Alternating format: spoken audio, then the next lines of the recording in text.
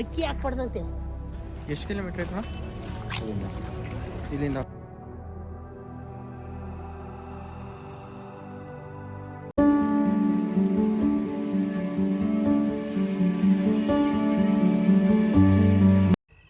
Hi hello guys, I hope ಎಲ್ಲ ಚೆನ್ನಾಗಿದ್ದೀರಾ ಅಂತ ಎಕ್ಸ್ಪೆಕ್ಟ್ ಮಾಡ್ತೀನಿ. Welcome back my channel. ನಾನು ಇವತ್ತು ಹೋಗ್ತಿರೋದೆ ಸಕಲೇಶ್ಪುರಗೆ. ಅದಕ್ಕಿಂತ ಮುಂಚೆ ನಾನು ಬಂದಿದ್ದೆ ನಮ್ಮ ಕುಣಿಗಲ್ಲಿಗೆ ಬಂದು, ಕುಣಿಗಲ್ಲಿಂದ ಆಟೋ ಹಿಡ್ಕೊಂಡು ನಾನು ಹೋಗಿದ್ದೆ ನಮ್ಮ ಕುಣಿಗಲ್ ರೈಲ್ವೆ ಸ್ಟೇಷನ್ಗೆ. ಕುಣಿಗಲ್ ರೈಲ್ವೆ ಸ್ಟೇಷನಿಗೆ ಬಂದ ಮೇಲೆ ಗೊತ್ತಾಗಿದ್ದೇನಪ್ಪ ಅಂತಂದರೆ, ಸಕಲೇಶ್ಪುರಗೆ ನವೆಂಬರ್ವರೆಗೂ ಟ್ರೈನ್ ಇಲ್ಲ ಅಂತ ಹೇಳ್ಬಿಟ್ಟು ಗೊತ್ತಾಗಿದ್ದು. ಯಾಕಂತಂದರೆ ಅಲ್ಲಿ ಕರೆಂಟ್ ಕೆಲಸ ನಡೀತಿದೆ ಅಂತೆ ಟ್ರ್ಯಾಕ್ ಹತ್ರ. ಅದಕ್ಕೋಸ್ಕರ ಸಕಲೇಶ್ಪುರಗೆ ನವೆಂಬರ್ವರೆಗೂ ಟ್ರೈನ್ ಇಲ್ಲ. ಆ್ಯಂಡ್ ಇವಾಗ ಸಕಲೇಶ್ಪುರಕ್ಕೆ ಹೋಗೋ ಸೀಸನ್ನು ಅಲ್ಲ, ಯಾಕಂದರೆ ಮಳೆಗಾಲ ಸೀಸನ್ ಇಲ್ಲ ಅಂತ ಹೇಳ್ಬಿಟ್ಟು. ಸೊ ಅದಕ್ಕೋಸ್ಕರ ನಾನೇನು ಮಾಡಿದೆ ಅಂದರೆ, ಹಾಸನ್ನಿಂದ ಬೇಲೂರಿಗೆ ಹೋಗೋಣ ಅಂತ ಹೇಳ್ಬಿಟ್ಟು ಫಸ್ಟ್ ಹಾಸನ್ಗೆ ಟಿಕೆಟ್ ತೊಗೊಂಡೆ. ಅಕ್ಕಿ ಹಾಕ್ಬಾರ್ದಂತೆ. ಯಾರು ಹೇಳಿದ್ದು? ನೋಡ ಅಲ್ಲಿ ಹೋಯ್ತಾವ ನೋಡಲ್ಲಿ, ಅದು ನೆಡ್ಕೊಂಡು ಹೋಗ್ತಿದಾರಲ್ಲ ಅವ್ರ. ಏನಂತ ಅವ್ರಿಗೆ ಪ್ರಾಬ್ಲಮ್? ಅಕ್ಕಿ ಹಾಕ್ಬಿಟ್ರೆ ಎಲ್ಲ ಏರ್ಬಿಡ್ತಾವಂತೆ, ಕೂತ್ಕೊಳ್ಳೋಕೆ ಆಗಲ್ವಂತೆ. ಎಲ್ಲಿ ಕೂತ್ಕೊಳಕ್ಕಾಗಲ್ವಂತೆ? ಅಲ್ಲಿ ರೈಲ್ವೆ ಸ್ಟೇಷನ್ ತಾವು ಅಲ್ಲೇ ಏನು ರಾತ್ರಿ ಹೊತ್ತು ಕೂತ್ಕೋತಾವೆ, ಯಾವಾಗ ಕೂತ್ಕೋತಾವೆ, ಯಾವಾಗಲೂ ಕೂತ್ಕೊಂತಾವ. ಇವಾಗ ಜನ ಇರ್ಬೇಕಾದ್ರೆ ಎಲ್ಲಿ ಬರ್ತವೆ? ಇಲ್ಲೇ ಬರಲ್ಲ, ಓಡೋಗ್ಬಿಡ್ತವೆ. ಹಂಗಂತ ಹೇಳ್ಬೇಕಿತ್ತು ನೀವು. ಹೇಳ್ದೆ ನಾನು, ಎಲ್ಲ ಗಬ್ಬು ಎಬ್ಬಿಸ್ತವೆ, ಕೂತ್ಕೊಳ್ಳೋಕ್ಕಾಗಲ್ಲ. ನೀವೆಲ್ಲ ಅಕ್ಕಿ ಹಾಕಿ ರೂಢಿ ಮಾಡ್ಬಿಟ್ಟಿದ್ದೀರಿ. ರೂಢಿ ಅದ್ರಲ್ಲಿ ಏನೈತೆ? ಪಕ್ಷಿಗಳು ಇರೋದೇ ಕಡಿಮೆ, ಹಾಕ್ಬೇಕಲ್ವಾ? ಅಲ್ವಾ? ಅವೇ ತಿಂತವೆ. ಅವೇನ್ ತಿಂತವೆ? ಅವಾಗಂತೂ ಗದ್ದೆ ಮಾಡೋರು ಜನ ಎಲ್ಲ ಹೋಗೋ ಅಲ್ಲಿ ಇಲ್ಲಿ ಅಲ್ಲಿ ಇಲ್ಲಿ ಹಾಯ್ಕೊಂಡು ತಿನ್ನೋವು. ಹೌದು. ಇವಾಗ ಅಕ್ಕಿ ಹಾಕಿ ಬೆಳೆಯೋಕೆ ಇಲ್ಲ, ಅವೇ ತಿಂತಾವ ಪಾಪ. ಏನ್ ತಿಂತವೆ ಹೇಳಿ? ಪಕ್ಷಿಗಳೆಲ್ಲ ಏನ್ ತಿಂತವೆ? ನೀವಾದ್ರೆ ನಿಮ್ಮ ಒಳ್ಳೆ ಮನಸ್ಸಿಂದ ಎಲ್ಲ ತಗೊಂಬಂದು ಹಾಕ್ತಾ ಇದ್ದೀರಾ ಇಲ್ಲಿ, ಅದಕ್ಕೂ. ಸೊ ಗಾಯ್ಸ್, ನಾನು ಫೈನಲಿ ಟಿಕೆಟ್ ತೊಗೊಂಡಿದ್ದೀನಿ. ಎಲ್ಲಿಗೆ ಅಂದರೆ ಕುಣಿಗಲ್ ಟು ಹಾಸನ್ಗೆ ನಾನು ಟಿಕೆಟ್ ತೊಗೊಂಡಿದ್ದೀನಿ. ಅಲ್ಲಿಂದ ಬೇಲೂರು ಹೋಗ್ಬೇಕು.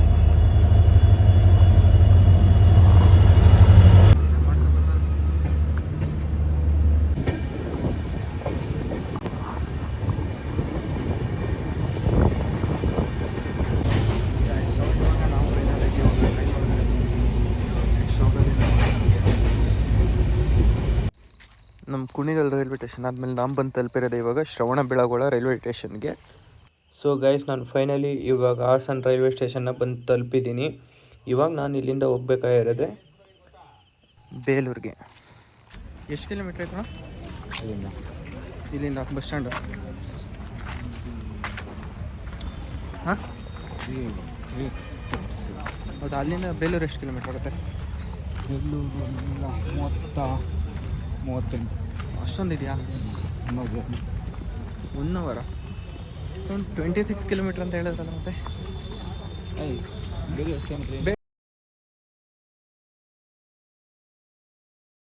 ರೈಲ್ವೆ ಸ್ಟೇಷನ್ಗೆ ಎಷ್ಟೊಂದು ಚಿಕ್ಕ ಹೇಗೆ ಆಗ್ಬಿಟ್ರೆ ಅಣ್ಣ, ಇಲ್ಲ ಬೇಲೂರು ಹೋಗ್ಬೇಕು. ಅದೇ ಇಲ್ಲೇನು ಸಕಲೇಶ್ಪುರ ಕ್ಲೋಸ್ ಆಗಿದೆ ಅಂತ ನಮ್ಗೆ. ಹಾಂ, ಅದಕ್ಕೇ ಇಲ್ಲ ಬೇಲೂರು ಹೋಗ್ಬಿಟ್ಟು ಮುಗಿಸ್ಕೊಂಡು ಹೋಗ್ತೀನಿ ಅಷ್ಟೇ. ಬೇಲೂರು ಒಂದೇ, ಸಕಲೇಶ್ಪುರ ಹೋಗಲ್ಲ. ನೆಕ್ಸ್ಟ್ ಏನು ನವೆಂಬರ್ಗಂತಲ್ಲ ಓಪನ್, ಅಲ್ಲಿವರೆಗೂ ಅಷ್ಟೇ.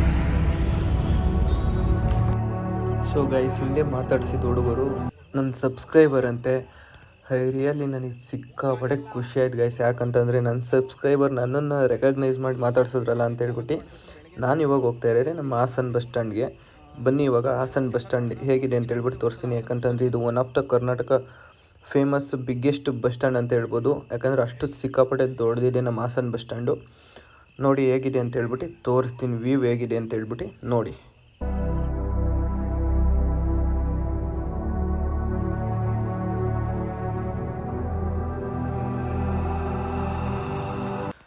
ಸೊ ಗಾಯ್ಸ್, ನಾನು ಹಾಸನ್ ಬಸ್ ಸ್ಟ್ಯಾಂಡ್ ತೋರಿಸೋ ಒಳಗಡೆ ಬೇಲೂರು ಬಸ್ಸಲ್ಲೇ ಬಂದ್ಬಿಟ್ಟು ರೆಡಿಯಾಗಿ ನಿಂತಿತ್ತು.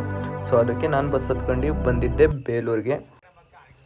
ಸೊ ಗಾಯ್ಸ್, ನಾನು ಇವಾಗ ಬಂದಿರೋದೇನೆ ಬೇಲೂರಿಗೆ. ಇವಾಗ ನಾನು ಟಿಫನ್ ಮಾಡ್ಕೊಂಡು ಬೇಲೂರು ಚೆನ್ನಕೇಶವ ಟೆಂಪಲ್ಗೆ ನಡ್ಕೊಂಡು ಹೋಗ್ತಿದ್ದೀನಿ. ಯಾಕಂತಂದರೆ ಇದಿರೋದೇ ಬಸ್ ಸ್ಟ್ಯಾಂಡಿಂದ ವಾಕಬಲ್ ಡಿಸ್ಟೆನ್ಸ್ 1 ಕಿಲೋಮೀಟರ್ ಇದೆ.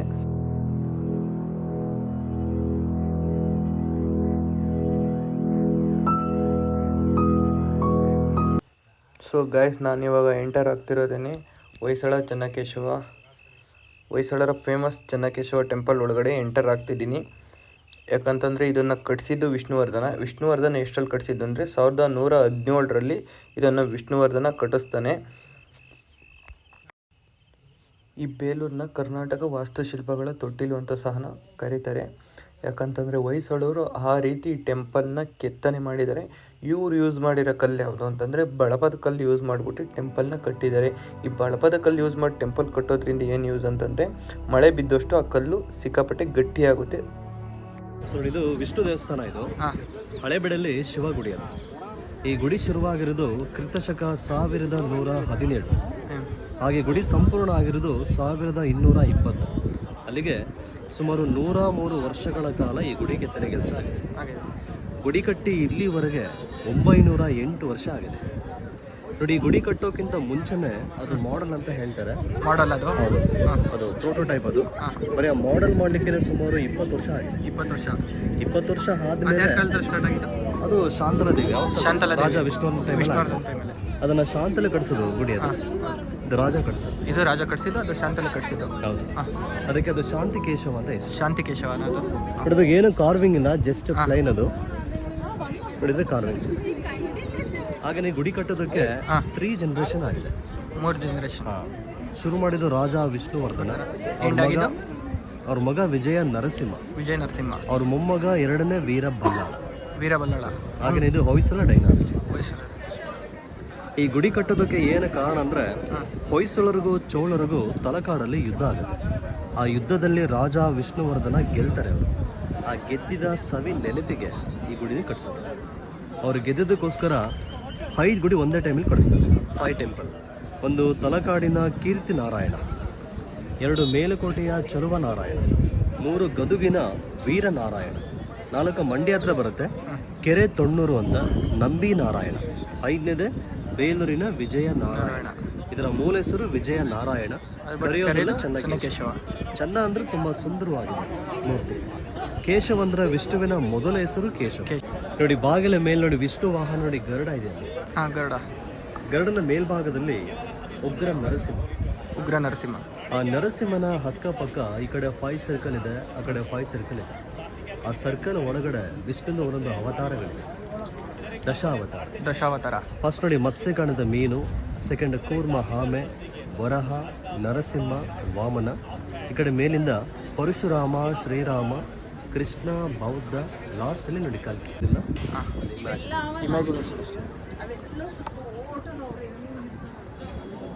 ನೋಡಿ ರಾಜ ವಿಷ್ಣುವರ್ಧನ ಈ ಗುಡಿಯನ್ನ ಕಟ್ಟೋದಕ್ಕೆ ಅವರು ಶುರು ಮಾಡಿದ್ರು. ಅವ್ರ ಪಕ್ಕದಲ್ಲಿ ಪಟ್ಟದ ರಾಣಿ ಅವರು ಶಾಂತಲ, ಫೇಮಸ್ ಡ್ಯಾನ್ಸರ್. ಇವರು ನೋಡಿ ಗ್ರೇಟ್ ಫಿಲಾಸಫರ್ ಶ್ರೀ ರಾಮಾನುಜಾಚಾರ್ಯರು. ಆಕ್ಚುಲಿ ವಿಷ್ಣುವರ್ಧನ ಮೂಲತಃ ಜೈನರು.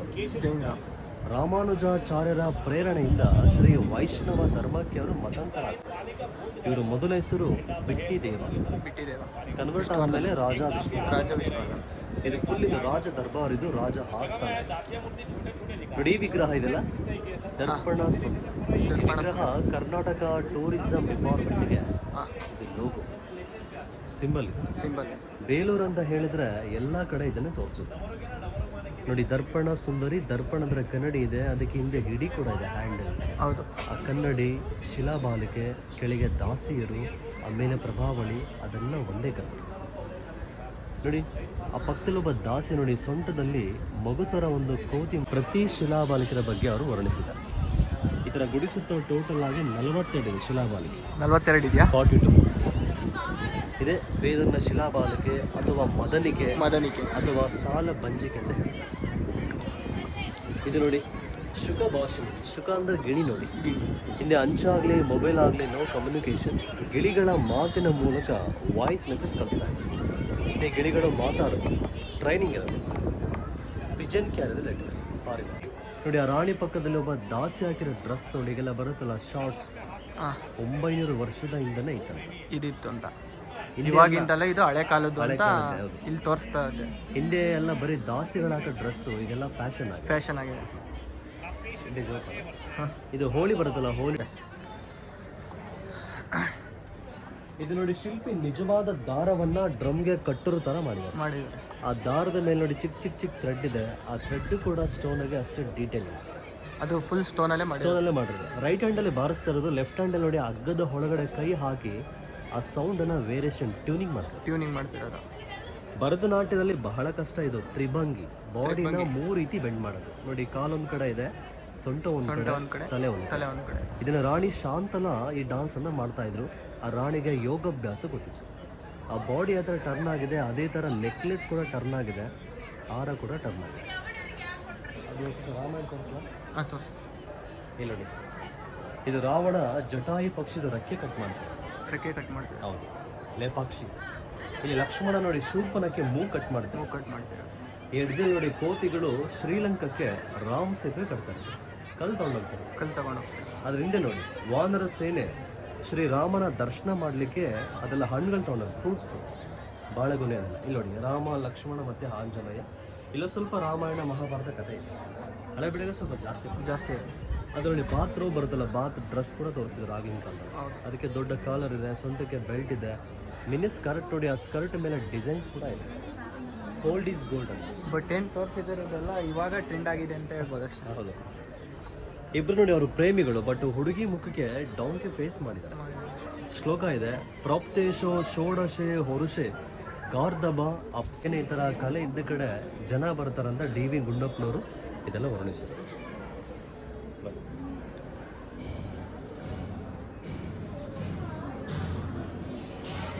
ಕರೆಂಟ್ ಇಲ್ಲ. ರಾಜಮುದ್ರ. ಇದು ರಾಜಮುದ್ರೆ.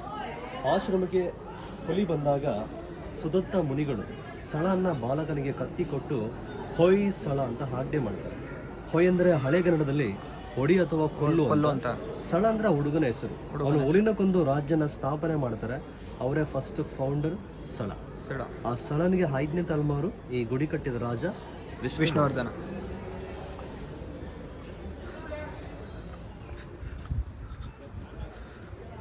ಹಾಗೆ ಗುಡಿಗೆ ಬಳಸಿರೋ ಕಲ್ಲಿದೆಯಲ್ಲ, ಇದೆಲ್ಲ ಫುಲ್ ಬಳಪಾದ ಕಲ್ಲು, ಸಾಫ್ಟ್ ಸ್ಟೋನ್. ಇದು ಆಲ್ಮೋಸ್ಟ್ ಎಲ್ಲ ಲೋಕಲ್ನೇ ತಂದಿದ್ದಾರೆ. ಲೋಕಲಿಂದ. ಈ ಕಲ್ಲು ಕೆತ್ತನೆ ಮಾಡಲಿಕ್ಕೆ ತುಂಬ ಈಸಿ. ಆಮೇಲೆ ವರ್ಷಕ್ಕೆ ಕಲ್ಲು ತುಂಬ ಗಟ್ಟಿ ಆಗ್ತವೆ. ಹಾಗಾಗಿ ಕಲ್ಲು ತುಂಬ ಬಾಳಿಕೆ ಬರುತ್ತೆ. ನೋಡಿ ಸುತ್ತ ಗುಡಿ ಸುತ್ತ 644 ಇದೆ ಆನೆಗಳು. 644 ಇದೆಯಾ? ಒಂದಿದ್ದಾಗೆ ಒಂದಿಲ್ಲ, ಆಲ್ ಆರ್ ಯೂನಿಕ್. ಹಗ್ಗ, ಕಿವಿ, ಸೊಂಡ್ಲು, ನಡೀತರ ಸ್ಟೈಲಲ್ಲಾಗಲಿ ಏನಾದರೂ ಚೇಂಜಸ್ ಇದೆ. ಮುಖ್ಯ ಶಿಲ್ಪಿಗಳು ಅಮರ ಶಿಲ್ಪಿ ಜಕಣಾಚಾರಿ, ಅವ್ರ ಮಗ ಡಂಕಣಾಚಾರಿ. ಒಂದು ಟೀಮ್ ವರ್ಕಿಂದ ಆಗಿದೆ. ಕೆಲವು ಶಿಲ್ಪಿಗಳು ತಮ್ಮ ಹೆಸರು ಹಾಕೊಂಡಿದ್ದಾರೆ. ಇತ್ತ ಅಡ್ರೆಸ್ ಎಲ್ಲ ಯಾವುದು? ದಾಸೋಜ, ನಾಗೋಜ, ಚಿಕ್ಕ ಹಂಪ, ಮಲ್ಲಿತಮ್ಮ, ವಜ್ರದಂಡ.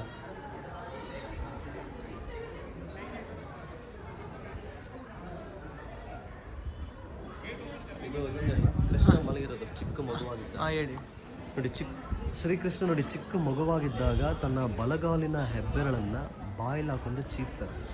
ಅಂಬೆಗಾಲ ಕೃಷ್ಣ, ಅದು ಕೃಷ್ಣ ವಟಪತ್ರ ಶಾಯಿ. ಇದು ನೋಡಿ ಈ ಥರ ಗುಡಿಗಳು, ಇದನ್ನ ದೇವಕೋಷ್ಟಕಗಳಂತ ಕರೀತಾರೆ. ದೇವಕೋಷ್ಟಕಗಳು. ಈ ಥರ ಗುಡಿ ಸುತ್ತ ಎಷ್ಟಿದಾವೆ? ಇದು 9 ಇದೆಯಾ? ವಿಷ್ಣುದ 24 ರೂಪಗಳು ಸುತ್ತಲೂ ಬರುತ್ತೆ. ಕೇಶವ, ಮಾಧವ, ಮಧುಸೂದನ. ಇದು ವಾಸುದೇವ ಮೂರ್ತಿ. ಇದು ಗುಡಿಗೆ ನೋಡಿ one of the masterpiece. Ugra Narasimha. ಹಿರಣ್ಯಕಶಿಪುದ ಹೊಟ್ಟೆನ ಬಗೆದು ಆ ಕರಳನ್ನು ನೋಡಿ ಮಾಲೆ ಹಾಕೋದು. ಸಂರೂಪಕ್ಕೆ ನೋಡಿ ಕಣ್ಣು ಗುಡ್ಡೆ ಹೊರ ಬಂದಿರೋದು. ಆ ಟಂಗ್ ನೋಡಿ 4 ಶಾರ್ಪ್. ಶಿಲ್ಪಿ ಒಂದು ಡೇಟ ಹೊಡೆದ್ರು ಕಟ್ಟ. 908 ವರ್ಷ ನಾಲ್ಗೆ ಹೇಗಿದೆ ಹಾಗೆ. ಆ ಕೋಪಕ್ಕೆ ನೋಡಿ ಹಿರಣ್ಯಕಶಿಪುದ ಮಂಡಿ ಚಿಪ್ಪು ಒಳಗಡೆ ನರಸಿಂಹನ ಕೈ ಉಗುರಳು ಹೋಗುತ್ತೆ. ನೋಡಿ ಸ್ಮಾಲ್ ಇಂಟೆಸ್ಟೈನ್, ಬಿಗ್ ಇಂಟೆಸ್ಟೈನ್ ಎಲ್ಲ ಡೀಟೇಲಿಂಗ್ ತೋರಿಸಿ.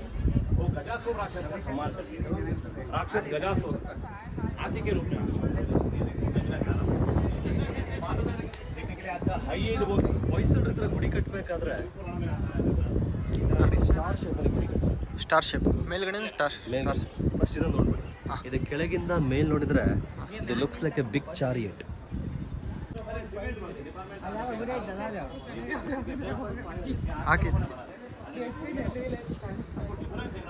ಹೆಚ್ಚು ಜಾಗ ಸಿಗುತ್ತೆ, ಹೆಚ್ಚು ಶಿಲೆಗಳನ್ನ ಕೂರಿಸ್ಬೋದು, ಕೆತ್ತನೆ ಮಾಡಬಹುದು ಅನ್ನೋ ಉದ್ದೇಶದಿಂದ ಸ್ಟಾರ್ ಶೇಪಲ್ಲಿ ಕಟ್ಟಿದೆ. ಈಗ ಸ್ಕ್ವೇರ್ ಮಾಡಿದ್ರೆ ಬರೀ 4 ಮೂಲೆ ಬರುತ್ತೆ. ಸ್ಟಾರ್ ಮಾಡಿದ್ರೆ ಮೋರ್ ಸರ್ಫೇಸ್ ಏರಿಯಾ. ನೋಡ್ಲಿಕ್ಕೆ ತುಂಬಾ ಚೆನ್ನಾಗಿ ಕಾಣುತ್ತೆ. ಸೂರ್ಯ ಬೆಳಕು ಎಲ್ಲ ಕಡೆ ಸ್ಪ್ರೆಡ್ ಆಗುತ್ತೆ. ಹಾಗಾಗಿ ಅವರು ಸ್ಟಾರ್ ಶೇಪಲ್ಲಿ ಕಟ್ಟಿರೋದು. ಸುಮಾರು ನಮ್ಮ ಕರ್ನಾಟಕದಲ್ಲಿ ಹೊಯ್ಸಳರು 92 ಟೆಂಪಲ್ ಕಟ್ಟಿದ್ದಾರೆ. ಹಾಸನ ಡಿಸ್ಟಿಕ್ ಅಲ್ಲಿ ಈ ತರ ಟೆಂಪಲ್ ಇನ್ನು 30 ಇದೆ. ನೀವೆಲ್ಲೇ ಹೋದ್ರು ಸ್ಟಾರ್ ಶೇಪದ ಗುಡಿ ನೋಡಿದ್ರೆ ಹೊಯ್ಸಳ ಡೈನಾಸ್ಟಿ. ಪ್ರಮುಖ ಅಂದರೆ ಬೇಲೂರು ಮೂಲೆಯಿಂದ ಸ್ಟ್ರೈಟ್ ನೋಡಿ ಎಲ್ಲ ಹೆಡ್ಜ್ಗಳು perfect alignment top to bottom. ಇದೇ ಮೂಲೆಗೆ ಬಂದು ಟಚ್ ಆಗುತ್ತೆ. ವೀಕ್ ಆಗೋಲ್ಲ.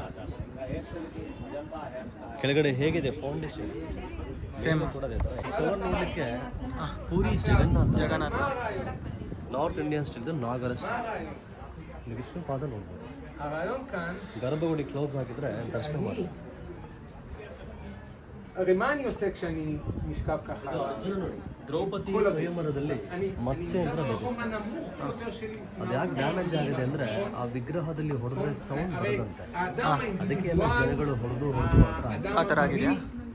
ಮೇಲ್ಗಡೆ ಇದೆಲ್ಲ ಸ್ವತಂತ್ರ ಪೂರ್ವದಲ್ಲಿ הזקיפות זה ביטוי לאגו. ಇದೆಲ್ಲ ಗುಡಿ ಕೊಟ್ಟ ಡೋನರ್ಸ್ ಲೀಸ್ಟ್ ನೋಡ್ಬೋದು ಅಲ್ಲೆಲ್ಲ. ಶಿಲಾಶಾಸನ ಹಳೆಗನ್ನಡ ನಡುಗನ್ನಡ ಎರಡು ಭಾಷೆಯಲ್ಲಿ ತೋರಿಸ್ತಾರೆ.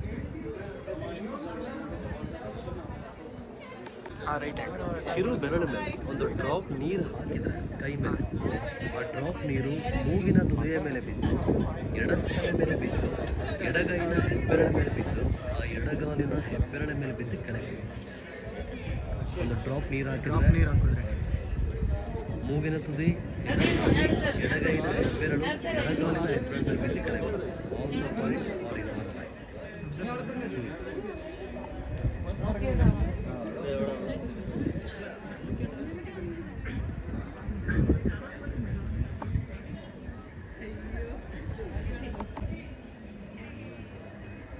ಇದು ನೋಡಿ ರಿಚೆಸ್ಟ್ ಟೆಂಪಲ್. ಇದು ಅನಂತ ಪದ್ಮನಾಭ ಸ್ವಾಮಿ.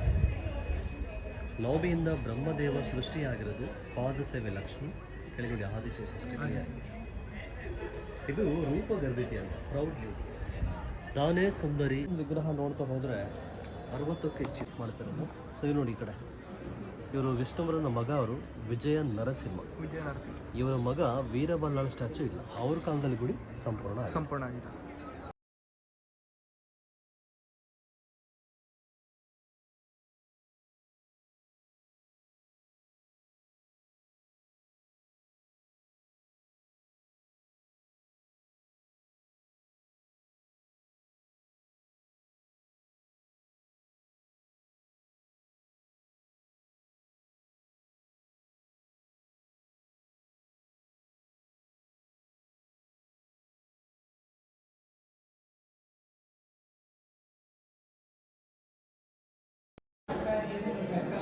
ಇಲ್ಲಿ ಬನ್ನಿ ನೋಡಿ, ಹೆಣ್ಮಕ್ಳಲ್ಲಿ 4 ವರ್ಗಗಳಿವೆ. ಸುಂದರವಾದ ಹೆಣ್ಣು. ಈ ಸುಂದರವಾದ ಹೆಣ್ಣು ಹೇಗೆ ಇರಬೇಕು ಅನ್ನೋಕ್ಕೋಸ್ಕರ ಶಿಲ್ಪಿ ತೋರಿಸಿದ್ರು. ಅಬ್ಸರ್ವ್ ಮಾಡಿ, ಈ ಹುಬ್ಬು ನೋಡಿ, ಹೈಬ್ರೋ ಕಾಮನ ಬಿಲ್ ಥರ ಹುಬ್ಬಿದ್ರೆ ಕಾಮಾಕ್ಷಿ, ಮೀನಿನ ಆಕಾರ ಥರ ಕಣ್ಣಿದ್ರೆ ಮೀನಾಕ್ಷಿ, ಚಂದ್ರನ ಆಕಾರ ಮುಖ ಇದ್ರೆ ಚಂದ್ರಮುಖಿ. ನೋಡಿ, ಈ ಮೂಗು ಎಷ್ಟಿದೆ ಅಷ್ಟು ಹಣೆ ಇರಬೇಕು, ಹಣೆ ಎಷ್ಟಿದೆ ಅಷ್ಟು ಗಲ್ಲ ಇರಬೇಕು, ಅದು ಪರ್ಫೆಕ್ಟ್ ಫೇಸ್. ಮುಖದ ಉದ್ದ ಎಷ್ಟು ಬರುತ್ತೆ ಅಷ್ಟು ಹಣೆ ಇರಬೇಕು ಇದು. ಹಾಗೆಯೇ ಕಿವಿಯಿಂದ ಕಿವಿಗೆ ಎಷ್ಟು ಸೈಜ್ ಇದೆ ಅಷ್ಟು ಸೈಜ್ ಸೊಂಟ ಇರಬೇಕು. ಭರತನಾಟ್ಯ ಮಾಡಲಿಕ್ಕೆ ತುಂಬ ಈಸಿ. ಕಾಲಲ್ಲಿ ನೋಡಿ 2ನೇ ಬೆರಳು ಉದ್ದ ಆಗಿದ್ರೆ ಅವರು ಸ್ವಲ್ಪ ಎಲ್ಲ ಕಂಬರು ಡಿಫ್ರೆಂಟ್ ಆಗಿದೆ. ಇವೆಲ್ಲ ನೋಡಿ ಬಂಗಾರದ ಬಳೆಗಳಿವೆಲ್ಲ, ಬ್ಯಾಂಗಲ್ಸ್ ಬಳೆ ಡಿಸೈನ್ ಇದೆ. ಇಲ್ಲಿ ನೋಡಿ ನೆಕ್ಲೆಸ್ ಇದೆ, ನೆಕ್ಲೆಸ್ ಇಂದ ಗ್ಯಾಪ್ ಕೂಡ ಕೊಟ್ಟಿದ್ದಾರೆ. ಇದೆಲ್ಲ ಮೈತಲೆ ಬಟ್ಟು, ಇದೆಲ್ಲ ಸ್ಯಾರಿ ಬಾರ್ಡರ್ ಅಂತ ಹೇಳ್ತಾರೆ. ಆಲ್ಮೋಸ್ಟ್ ಎಲ್ಲ ಕಂಪನಿಗೂ ಜ್ಯುವೆಲ್ಲರಿ ಐಟಮ್ಸ್ ಇದೆ. ಅದಕ್ಕೆ ಗುಡಿಗೆ ಇಂಟರ್ನ್ಯಾಷನಲ್ ಜ್ಯುವೆಲ್ಲರಿ ಬಾಕ್ಸ್ ಅಂತ ಕರೀತಾರೆ, ಅಂತಾರಾಷ್ಟ್ರೀಯ ಒಡವೆ ಪೆಟ್ಟಿಗೆ ಅಂತ. ಅದರಲ್ಲಿ ಟ್ಯೂಬ್ ಥರ ಶ್ರೀಲಂಕಾಕ್ಕೆ ರಾಮ್ ಸೇತುವೆ ಕಟ್ತಾ ಇರೋದು ನೋಡಿ. ಇದೆಲ್ಲ ಕಲ್ ತಗೊಂಡು ಕಟ್ತಾ ಇರೋದು, ಇದೆಲ್ಲ ಅದು ಬಂಡೆಗಳು. ಇದು ಲಾಸ್ಟ್ ಸ್ಟೈಲ್ ನೋಡಿದ್ದು ರಾಮ್ ಸೇತುವೆ, ಅದು ಬ್ರಿಡ್ಜ್, ಅದನ್ನು ಕೂಡ ತೋರಿಸಿದೆ. ರಾಜರ ಕಾಲದಲ್ಲಿ ಪಿಲ್ಲರ್ ಮೇಲೆ ದೀಪ ಹಚ್ಚ. ಇಲ್ಲೊಂದು ಪುಣ್ಯ ಸ್ಥಳ ಇದೆ ಅನ್ನೋಕ್ಕೆ ಜನಗಳಿಗೆ ಗೊತ್ತಾಗಲಿ, ಲೈಟ್ ಹೌಸ್ ಥರ. ಇದು ಅಪ್ರಾಕ್ಸಿಮೇಟ್ಲಿ 36 ಫೀಟ್ ಇದೆ ಹೈಟ್. ಹಾಗೆ 20 ಟನ್ಸ್, 20 kg. ಬಟ್ ಅದು ಗ್ಯಾಪ್ ಇದೆ, ಕೆಳಗಡೆ ಸಪೋರ್ಟ್ ಏನೂ ಇಲ್ಲ. ಸುಮ್ಮನೆ ಕಂಬನ ತಂದಾಗಿ ಇಟ್ಟಿರೋದು. ಆ ಕಂಬ 3 ಕಡೆ ಮಾತ್ರ ಕೂತಿದೆ ಅಷ್ಟೇ. 3 ಕಾರ್ನರ್, ಒಂದು ಸೈಡ್ ಗ್ಯಾಪ್ ಇದೆ. ಕಾಣ್ತಿದೆ. ಒಂದು ಸಪೋರ್ಟ್ ಇಲ್ಲ, ಆಮೇಲೆ ಕಂಬ ಸರಿ ಕೂತು ಬಿಡಿ. ಕಂಬ ನಿಲ್ಲಿಸಿ ಇಲ್ಲಿಗೆ 630 ಇಯರ್ಸ್ ಆಗಿದೆ. ಕಂಬ ಹೇಗಿದೆ ಇನ್ನು ಹಾಗೆ. ಬೇಲೂರು ಸಮುದ್ರ ಮಟ್ಟದಿಂದ 3300 ಅಡಿ ಎತ್ತರ ಇದೆ ಈ ಪ್ಲೇಸ್. 3300 ಅಡಿ. ಹಾಗಾಗಿ ಏನು ಭೂಕಂಪ ಆಗಲಿ ಗುರುಗಳಾಗಲಿ ಏನು ಬರಲ್ಲ. ಅದು ಒಂದೇ ಕಲ್ಲು, ಕೆಳಗಡೆಯಿಂದ ಮೇಲ್ಗಡೆ ತನಕ ಒಂದೇ ಕಲ್ಲು. ಇದು ವಯಸ್ಸು. ಸೊ ಗೈಸ್, ಇವತ್ತಿನ ವಿಡಿಯೋ ಇಷ್ಟ ಆಗಿತ್ತು. ಈ ವಿಡಿಯೋ ಇಷ್ಟ ಆದರೆ ಮ್ಯಾಕ್ಸಿಮಮ್ ಲೈಕ್ ಮಾಡಿ, ಶೇರ್ ಮಾಡಿ, ಕಮೆಂಟ್ ಮಾಡಿ. ಇನ್ನೊಂದು ಏನಂತ ಅಂದರೆ, ಇದೇ ಥರ ಹೆಚ್ಚಿನ ವಿಡಿಯೋಗಳನ್ನ ನಾನು ಅಪ್ಲೋಡ್ ಮಾಡ್ತಾ ಇರ್ತೀನಿ. ಹೀಗೆ ಸಪೋರ್ಟ್ ಮಾಡ್ತಾಯಿರಿ.